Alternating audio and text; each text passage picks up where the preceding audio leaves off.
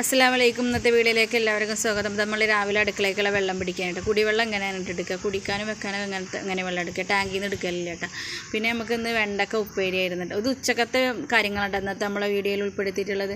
അപ്പോൾ ഇന്ന് ഉച്ചക്ക് വെണ്ടക്ക ഉപ്പേരി ആയിരുന്നു. വെണ്ടക്ക ഉപ്പേരിയും മാന്തള ആയിരുന്നിട്ടാണ് കറി. മാന്തള കിട്ടിയിട്ടുണ്ടായിരുന്നത്. അപ്പോൾ കറി അതായിരുന്നു. അപ്പോൾ മാന്തൾ പൊരിച്ചു, കറി വെച്ചു ഒക്കെ കഴിഞ്ഞിട്ട് അത് വെണ്ടക്ക ഉപ്പേരിയൊക്കെ റെഡിയായി.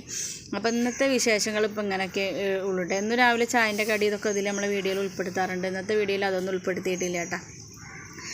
അപ്പോൾ ഇന്ന് ഞായറാഴ്ച മിക്കവാറും മാന്തലുണ്ടോ എന്ന് നോക്കൂട്ടോ. മറ്റുള്ള മത്തി അങ്ങനത്തുള്ള മീനുകളൊന്നും കുട്ടികൾ കൂട്ടില്ല. അപ്പോൾ മാന്തലുണ്ടെങ്കിൽ അവർക്ക് നല്ല സന്തോഷം കേട്ടോ. അപ്പോൾ മിക്കവാറും ഞായറാഴ്ച ശനിയാഴ്ച മാന്തലുണ്ടെങ്കിൽ അതാണ് കൂടുതൽ വാങ്ങാൻ നോക്കുള്ളൂ കേട്ടോ.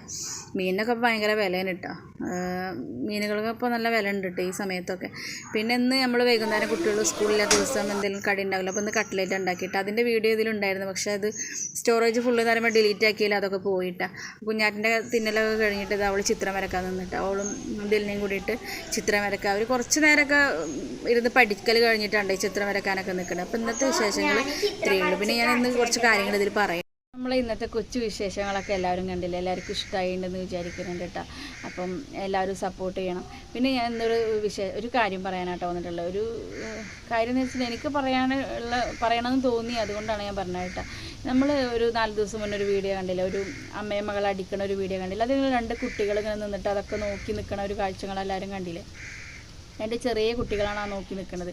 അപ്പോൾ അവർക്കത് നോക്കിക്കുമ്പോൾ അവർക്കൊരു ഇതുമില്ല. കാരണം അവർ ദിവസം കാണുന്ന ഒരു കാഴ്ച പോലെ തന്നെയാണ് അവരത് നോക്കിയുന്നുണ്ട്. അപ്പോൾ ആ അമ്മ എത്ര വേദനിച്ചിട്ടുണ്ടാവില്ല ഓരോ ദിവസം ഓരോ പീഡനങ്ങളാവില്ല അമ്മക്ക് കിട്ടിക്കൊണ്ടിരിക്കുന്നത്.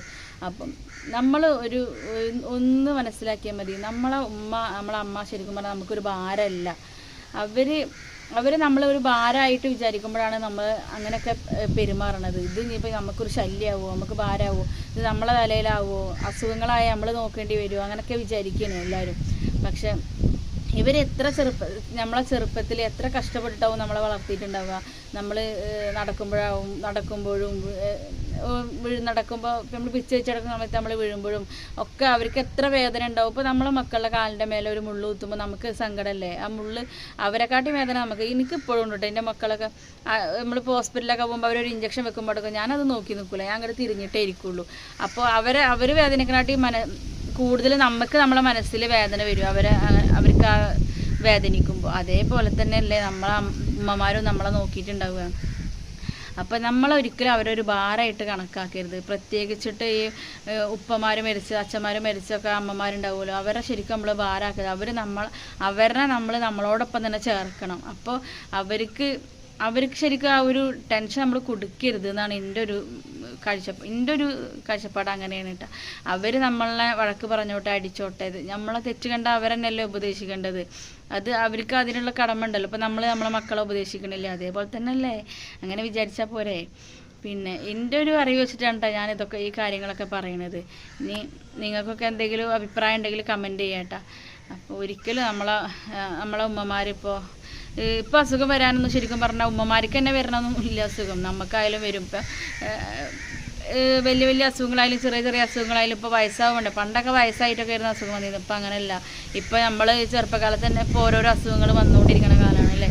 അപ്പം നമുക്ക് അസുഖം വരുമ്പോൾ അവർ നമ്മളെ നോക്കണില്ലേ, അതേപോലെ തന്നെ അല്ലേ അവരെ നമ്മൾ തിരിച്ചു നോക്കണതും. വയസ്സാവുമ്പോൾ കുറച്ച് പ്രായമാകുമ്പോൾ അവർക്ക് ആരോഗ്യം ഉള്ളുമ്പോഴല്ല നമ്മൾ അവരെ നോക്കേണ്ടത്. അവർക്ക് ആരോഗ്യം ഇല്ലാത്തുമ്പോഴാണ് അവരെ നമ്മൾ നോക്കേണ്ടത് അല്ലേ. അങ്ങനെയാണെന്നാണ് എനിക്ക് തോന്നാറുള്ളത് കേട്ടോ. പിന്നെ നമ്മളെ കുട്ടികളാകുമ്പോൾ അവരെത്ര കഷ്ടപ്പെട്ടിട്ടാണ് നമ്മളെ വളർത്തിയിട്ടുള്ളത്. ഇപ്പോൾ നമ്മൾക്കൊരു മക്കളുണ്ടാകുമ്പോൾ നമ്മൾ അവരെ എത്ര കഷ്ടപ്പെട്ടിട്ടാണ് വളർത്തുന്നത് അല്ലേ. അപ്പോൾ നമ്മൾ പരമാവധി നമ്മളെ വീട്ടിൽ പ്രായമായ ആൾക്കാരുണ്ടെങ്കിൽ അവരെ സ്നേഹിക്കുക, അവരെ ബഹുമാനിക്കുക. ഇപ്പോൾ വീട്ടിലിപ്പോൾ നമ്മളെങ്ങനെ പെരുമാറണേ, അപ്പോൾ നമ്മളെ മക്കളും അവരോട് അങ്ങനെയാണ് പെരുമാറുക. അപ്പോൾ ഞാൻ എൻ്റെ ഉമ്മാനോട് മോശമായ രീതിയിൽ പെരുമാറുണ്ടെങ്കിൽ എൻ്റെ മക്കളും ആ ഉമ്മാനോട് മോശമായ രീതിയിലല്ലേ പെരുമാറുക. നമ്മൾ ചെയ്യുന്നത് കണ്ടിട്ടല്ലേ അവരും പഠിക്കണത്. അപ്പോൾ അതൊക്കെ ഒന്ന് എല്ലാവരും ശ്രദ്ധിക്കട്ടോ. പിന്നെ ഈ കാര്യങ്ങൾ ഇന്ന് പറയണമെന്ന് തോന്നി, അതുകൊണ്ടാണ് കേട്ടോ പറയണത്. എല്ലാവരും ഒന്ന് ചിന്തിക്കുക. ആർക്കും ഭാരമല്ല അല്ല, അങ്ങനെ മനസ്സിൽ നമ്മൾ വിചാരിച്ചാൽ മതി.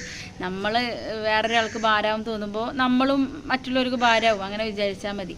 അപ്പോൾ ഇന്നത്തെ വീഡിയോ ഇതും കൂടി പറയണമെന്ന് തോന്നിയോണ്ടാണ് കേട്ടോ പറഞ്ഞിട്ട്. എല്ലാവരും എന്തെങ്കിലും തെറ്റുകളുണ്ടെങ്കിൽ ക്ഷമിക്കുക. ലൈക്ക് ചെയ്യുക, കമൻറ്റ് ചെയ്യുക, സപ്പോർട്ട് ചെയ്യുക. എന്ന് എല്ലാവർക്കും അസ്സലാമു അലൈക്കും.